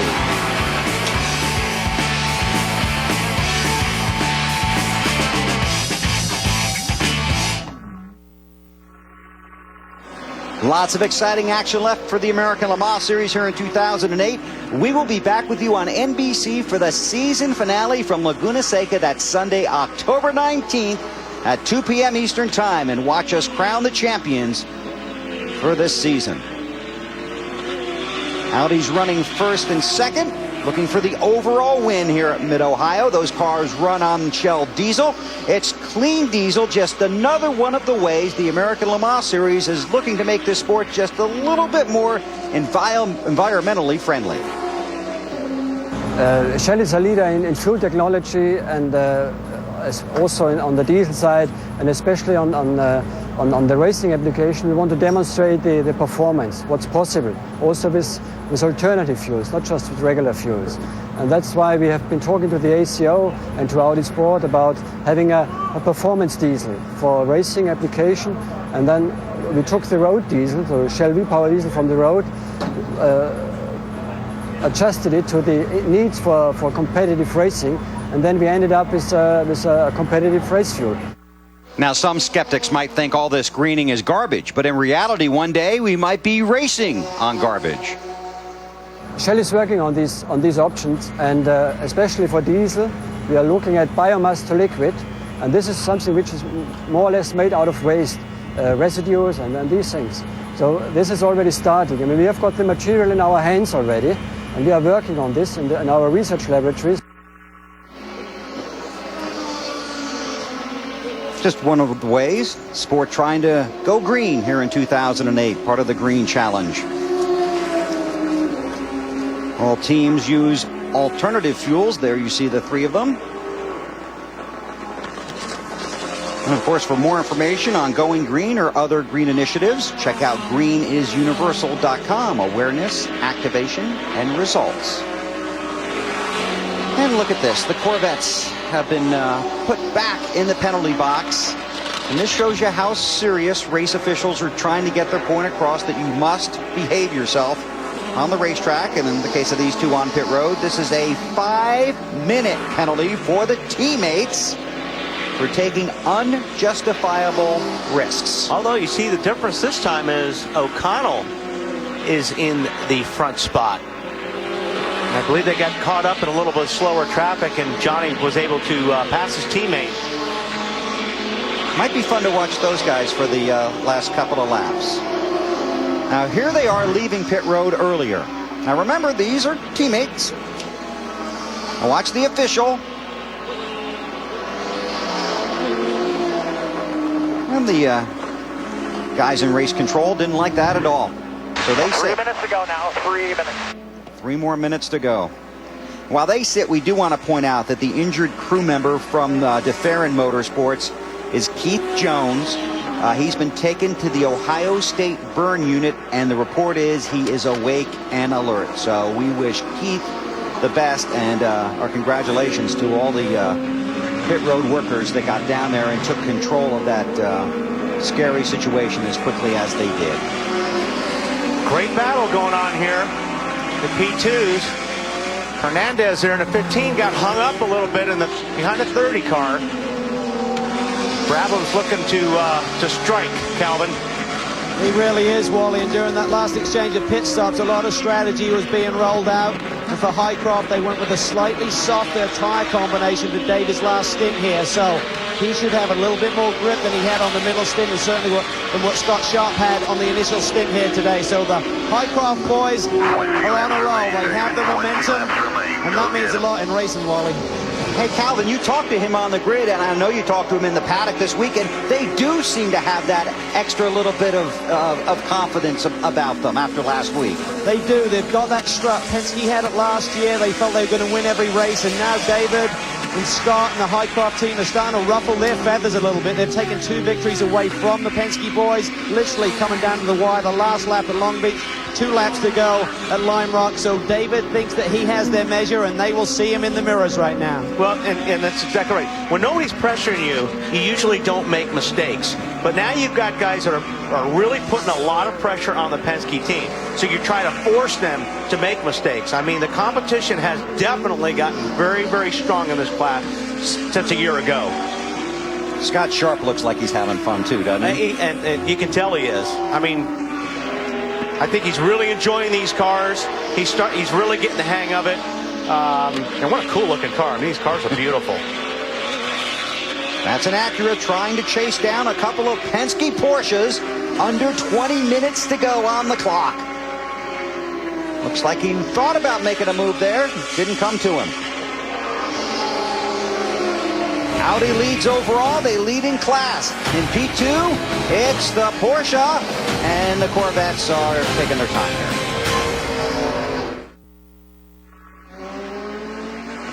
We're back at the Mid-Ohio Sports Car Course.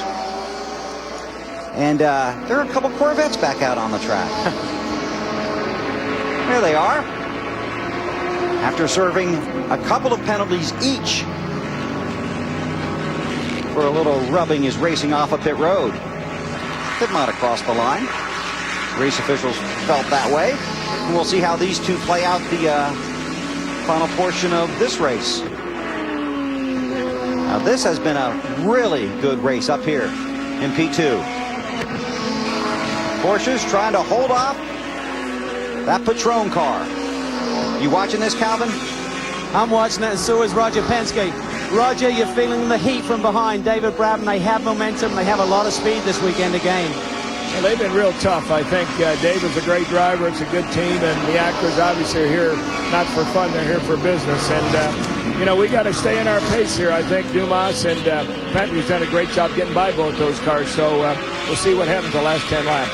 That was putting the pressure on Romain just a few laps ago, but Romain's leading the championship. You're heading up the 6 car here today, so a tough decision for you? Well, of course, you know, Dumas is our #1 car because of the points in the championship. There's no reason to get into a mess like those Corvettes. Exactly. 2 yellow cards, taking a different strategy, boys. And it's going to come down to, as you almost saw right there, it's going to come down to how these guys play traffic. I mean, and you're at the point of the race where you've got to start taking a little bit more chance, especially when you're racing for position. You only got 14 minutes left in this race. Time by 12, good work. And you've got to be, you know, you've got to make the moves, but you've got to also time it right. You get yourself in a position where you get past a GT car or a slower P car, and it hangs you out. Believe me, David Brabham's going to be there ready to pounce. And some of these Penske cars, they've been flashing their lights from about 3 miles back trying to get everybody's attention that they're coming.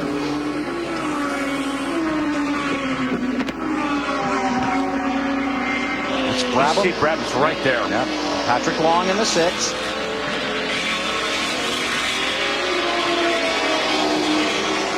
Seven really has left this battle. You've got 14 minutes to pull it off. 14 minutes. Go get him. Encouragement from the pits. Oh, see that? There's a classic example of, and there it is right there. A slower car made the difference on who's going to wind up in front of the other car after that next corner. And now let's see if Brabham can catch the 7. Got around the 6, now set sail for the leader in P2. And here's exactly what you're talking about. Yeah, Patrick Long he was going to go to the left. The 4GT went to the left. So then Brabham went to the right. And there wasn't much room in between Brabham and that 4GT. But he also put him in a position of being in the right spot for this right-hander, which is on the inside.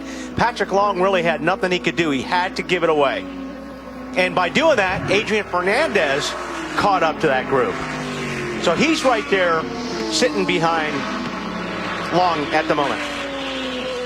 Well, that late race pass that David Brabham put on the number 7 machine at Lime Rock Park, that was worth 8 points in the championship. It was a twofer. There was a big point swing there. And so he's hoping to do the same thing. If he hadn't made that move at Lime Rock, the point spread would have been 32. Right now it's 24. If he can do the same thing today, it'll be down to 16. And Fernandez just took advantage of another situation that Patrick got himself into with slower cars. He just made the wrong decision there, and Fernandez was right there ready to pounce. And I'm sure Patrick's just going, oh, I can't believe it. 2 cars in the last lap or 2. But that's what this racing is all about. You've got to be able to work traffic. You can see there's just nowhere for him to go. Wow. Adrian had the run, pulled to the inside, and made it look easy. And it's just, this type of racing, those GT cars, you just got to time it right. And you're exactly right. He made it look easy, but it is not easy to do. Adrian's got so much experience in open seat race cars. I mean, really does. He drove Indy cars for a long time. Drove prototypes. Really, really a good driver. Alvin talked about Lime Rock 1 week ago. Brabham made the pass for the race win. There's Fernandez. Last week at Lime Rock, a bold and daring move that Brabham told us you just have to have the confidence that you can pull it off.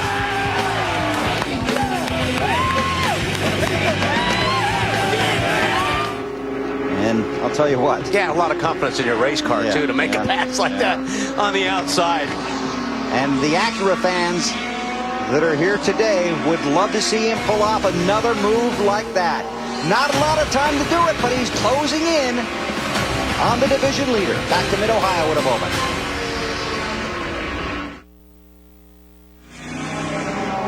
The American Le Mans Series visits the fast and demanding Road America circuit in Elkhart Lake, Wisconsin on August 9th for the Generac 500. It is a team and driver favorite. Catch all of the action on Speed. The new video homepage of AmericanLeMans.com features content for the fans and from the fans. We want to hear from you. Log on today at www.AmericanLeMans.com to submit your video content. Audi out front, running 1-2. Here at Mid-Ohio, less than 9 minutes to go in the race.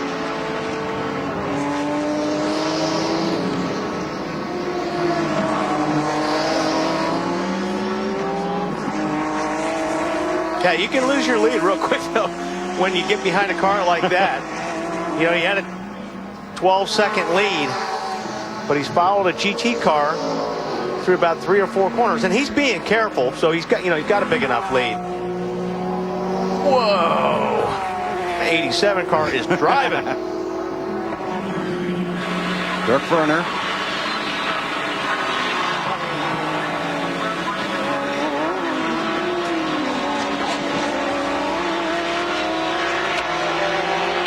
He wants that spot. Uh-oh, no right rear wheel on the 40 car. There you see it. That hurts traction, Bill. Go back and take a look. See it coming off the turn. Yeah, I think that problem started well into the corner, or before we even had the car come into frame. And you see the wheel take off.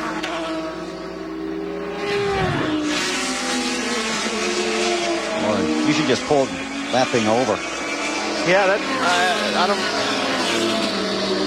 The biggest thing is not catching the car on fire when you're driving it like that, but it doesn't look like it's rubbing too bad, actually. Boy, that's not even to turn 3 yet. Yeah, she's got a long way to go to get back to pit lane.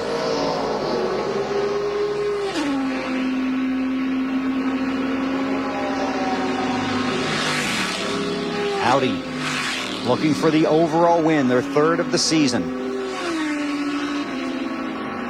Lucas Lohr is the race leader. Now on board the one, Emanuele Pero.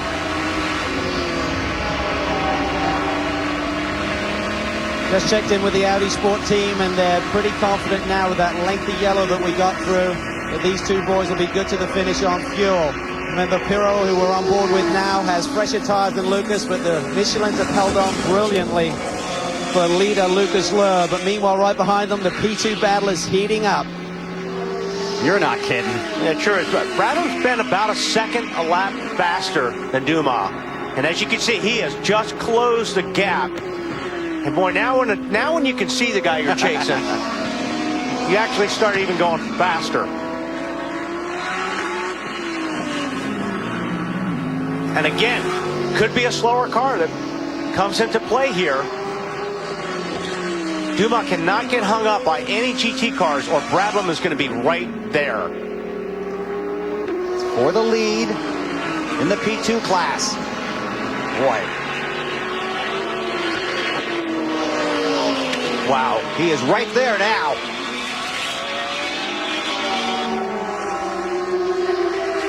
Hey, David, he might have 5 laps, probably 4 laps. Go get him. That's the call from pit road with the encouragement at the end, and here comes that traffic. Dumas has to make all the right decisions, because what do you say, no what in this race? No mistakes. No mistakes. He's just going to have to pick his traffic. You see him flashing the lights, letting these GT car knows that he's coming, and it's going to catch him in a tough part of the racetrack. This is GT2. 45 in the 87 car. Warner is trying to get by Bergmeister so bad for third place. Oh, here we go. Oh, Brabham makes that mistake. And that right there could have cost him the victory. Wow. Look at Dumas pull away. Okay, David, nice save. Now get back with him. Get back with him. He still has enough time. And don't forget, all you got to do is catch a car in a wrong spot. Man, he is still hustling, isn't he?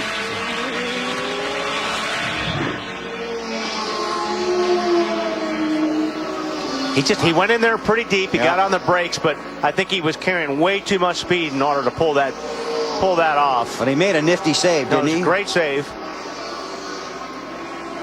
Got it back under control. And it, fairly slow place of the racetrack on the race course, so he got away with it without looping it all the way around. Dumas flashing the headlights. I'm coming through. I'm in a hurry, and so's the guy behind me. Again, Dumas going to catch these guys really not in the best place, which is going to help Brabham. Left-hander, then down this hill. Hard right-hander. Alvin. Well, Scott Sharp watches his teammate David Brabham. This is showtime for Brabs. He's done it in the last 5 minutes a couple of times this year. How about today, Scott? It's a little bit like deja vu from last week. I think we had the same conversation, but the whole Patron Highcroft team's done a great job all weekend. David's trying the wheels off it right now, chasing down Penske again, so he's pushing pretty hard. He almost got close there a couple laps ago, which hopefully won't run out of time. How tough is the aerodynamic effect, Scott, when you get close behind these prototype cars? You do get a bit of a wash for sure. There's a fair amount of air being put off by the car in front. The car seems to be able to stay through the high-speed corners, like turn one behind him pretty well. So that's a good corner for us. Really, maybe give him a good shot up into the keyhole. Great job today. Okay, thanks a lot. Brabham trying to close in. 2:43, 2:42 to go on the clock. Boy, and a lot of it might come down to when they cross the start-finish line. See if Brabham gets an extra lap.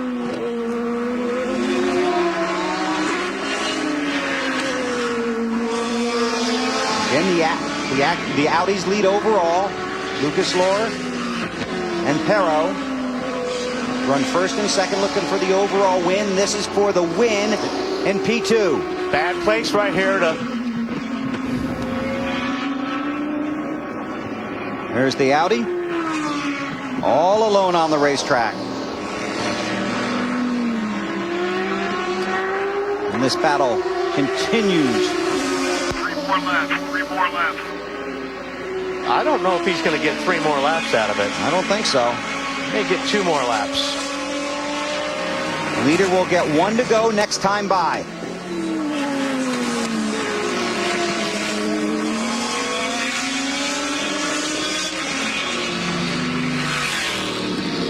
Boy, Brabham really working hard back there. Trying to catch Romain Dumas. Acura chasing the Porsche.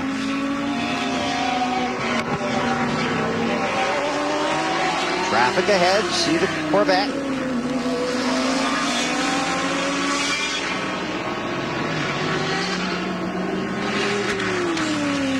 The guys in the Corvettes are great about watching their mirrors and not being in the way of the prototype cars. They all have a lot of experience, so that was a good move by Last lap. Last lap for the race leader, Lucas Lohr, in that Audi. Hey, Brabham's got 1 more shot. Lap, David. This is the last lap. Last time by, they told him 3 maybe. Yeah. Now this is his last opportunity. About 2 miles to go from right here.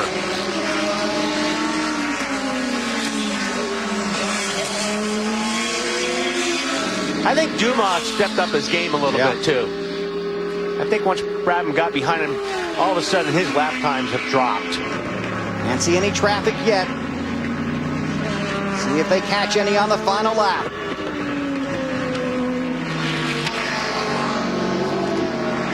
Lucas Lohr is going to take Audi back to victory lane at Mid-Ohio with the overall win.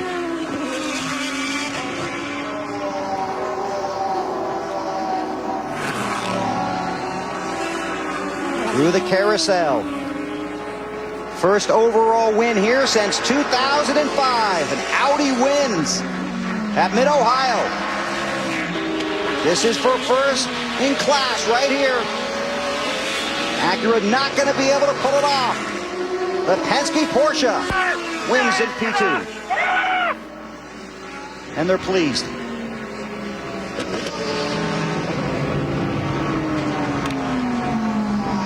That was good to watch. And Brabham will relive that 1 lap over and over tonight. Lucas Lohr in the 2 car with the victory.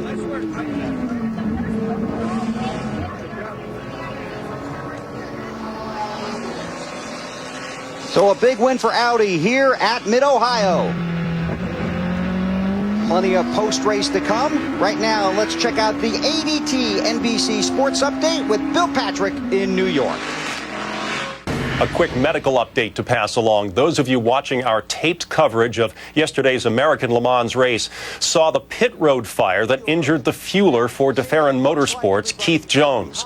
Jones was transported by helicopter from Lexington, Ohio to Columbus and the Ohio State University Medical Center. He's in the intensive care unit there and is listed in critical but stable condition. Members of the DeFerrin Motorsports team, including drivers, are at the hospital, and our thoughts and prayers go out to Jones and his family. The American Le Mans Series on NBC is brought to you by Porsche. There is no substitute. And by Michelin, a better way forward. A fantastic day of racing here at Mid-Ohio. There you see the overall winners. The Audis go to victory lane for the overall victory. Let's head down to Calvin. Lucas Lohr, what a drive out there today. The Audi, once again in race trim, came good. Yeah, excellent race. We just changed tires once. I drove the whole time on 1 set of tires. It was a perfect call by our engineer. And first of all, I was afraid. I said, not the whole race with 1 set of tires. But then at the end, it worked out. It seems like after the safety cars, the other had even more struggle to get off the pickup. And I thought, there's a lot of pickups. So I was struggling a lot. But then I watched in the mirror and nobody was there. So I said that could work out. But also Marco in the beginning did a fantastic job. I mean, he brought the car in the lead and we were leading the whole time. Excellent. Superb job, mate. Well done. Thanks. And take a look at the P1 points after 6 of 11 races in the 2008 season. And the Audis tied for the lead. Those teammates, and then you see Perro 58 points behind his Audi teammates. Here are the P2 results. Strong run for the Porsche. Boy, Brabham made a big move, but Porsche goes to victory lane. Here's Marty. Big win for Penske, Romain Dumas. We were watching that battle there at the end. Wally said in the booth you had to pick up your pace there because David was charging. But were you driving out of the front of the car or in the mirrors looking at him? Well, it was a mix, I have to say. The 2 hour of race was like that. Yeah. It was very close this weekend. All the class, you can see it was 4 or 5 cars all the time together. I took the lead straight at the start of the 2 Pagano. So I know it was better to be on the front, you know, with this kind of track, very tight. And I have to use all the trick to stay in front. So what I made today, we made a great job. We are back, we lead the championship. We are back on the race. We push a lot today. We're still here and we will continue like that. There's one thing when he got out of the car, he goes, whoo, I'm glad that one's over with. Was fun to watch, though. Time now for the Acura move of the race, and these could actually be the Acura moves of the race. Yeah, Brabham made a great move here, putting him in position to get by the 6 car of Patrick Long. And this gave him an opportunity to try to run down the leader, Dumas. And then he was just trying a little bit too hard, and the car didn't stick out there. Made a great save, but that really cost him the shot for the win. The Acura move of the race, and here's Kelly. And another spectacular run for David Brabham, finishing second in PT2, but take me through those last few laps when you were making the moves. Yeah, well, I was trying to make the moves, that's for sure, but it just wasn't to be. But it was good close racing like it was last race, and the car was hooked up. The Patron Highcroft car was really flying, and I was able to catch both the Porsches. Got past one and caught the other one, and just trying everything I could. I nearly went off down the bottom of the hill trying to get past him, and didn't lose too much time. So we just managed to put the pressure on, but he did a great job to win the race. A little more time, do you think that you would have been able to try to get to that other Penske? Yeah, I think so, because I think I was able to run faster, and it was just a question. If I got in front, I know I could have pulled away, but he didn't make a mistake. He did a great job. Gets her back on the podium again. Nice job. Yeah, after the last weekend winning and second here, on the podium, it's good points, so we're looking good for the next race. Thanks, David. Okay. So it's off to Road America, and there are the points. See the Penske guys tied for the lead with 122, and then David Brabham and Scott Sharp tied for second. And here are the guys that didn't play that nicely with each other, but Corvette goes to victory lane today. Johnny O'Connell and Jan Magnussen with the win, but I've got to talk about pit road. Now, you had an interesting run-in with your teammate. Who hit who first? You know what? What you saw was just awesome Corvette racing. Everybody, each team is very... There's no lack of competitiveness, right? No, I tell you what, everybody wants to win hard, and so leaving there might have been a little bit of contact. And, a little bit, huh? Well, yeah, a little, but I got to tell you what, Chevrolet builds the greatest car in the world, and these Corvettes can take it. We lean on them hard, and we are so aggressive with it. The Michelin tires, they gave us all that we asked for today. Yan did a super job, and our bosses, Doug Fee and Steve Weslowski, they encourage us to really show the fans what these cars can do, and man, they got to see it today. Well, there's no doubt you guys raced each other hard. They proved that today. Johnny O'Connell, Jan Magnussen with a win. Raced hard on the track and raced hard off of pit road. And here are the teammates, and you can see Jan and Johnny tied with 126 points each, and their teammates 16 points back. I bet it's a good conversation in the hauler right about now. And GT2, Ferrari goes to victory lane. Big day for those guys. They get the win at Mid-Ohio. Let's head down to Kelly. Dirk Mueller and Dominique Farnbacher picking up their third win on the season. Every time you've done it starting from the 4th position, and given how tight this battle is between the Flying Lizards Porsche, this has got to feel like couldn't have come at a better time. Yes, well, thanks to Dom, thanks to Tafel Racing, Michelin. Awesome. We just did a double stint on the tires. We had the best strategy. We nearly lapped everybody. Also, 45 got a little problem. So at the end, it was really, really easy. I take it like it is. We have had tougher ones, like in Long Beach. This one was quite easy. But due to strategy, perfect tire, perfect teammate, and thanks to Ferrari as well.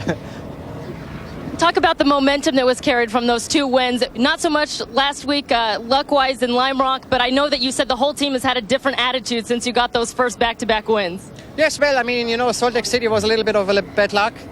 We were not using the fuel capacity we could have done, so we got altitude problems. A little bit the same story in Lime Rock. Luckily, we found it. And we came back, and really, I mean, it's tight in the championship. I don't know how many points, it's just a couple of points. But yeah, we are back in the business and looking definitely forward. Congratulations. Thanks. And as we look forward, this is going to be a lot of fun to watch the points battle here in GT2. Those guys just 4 points out of the lead.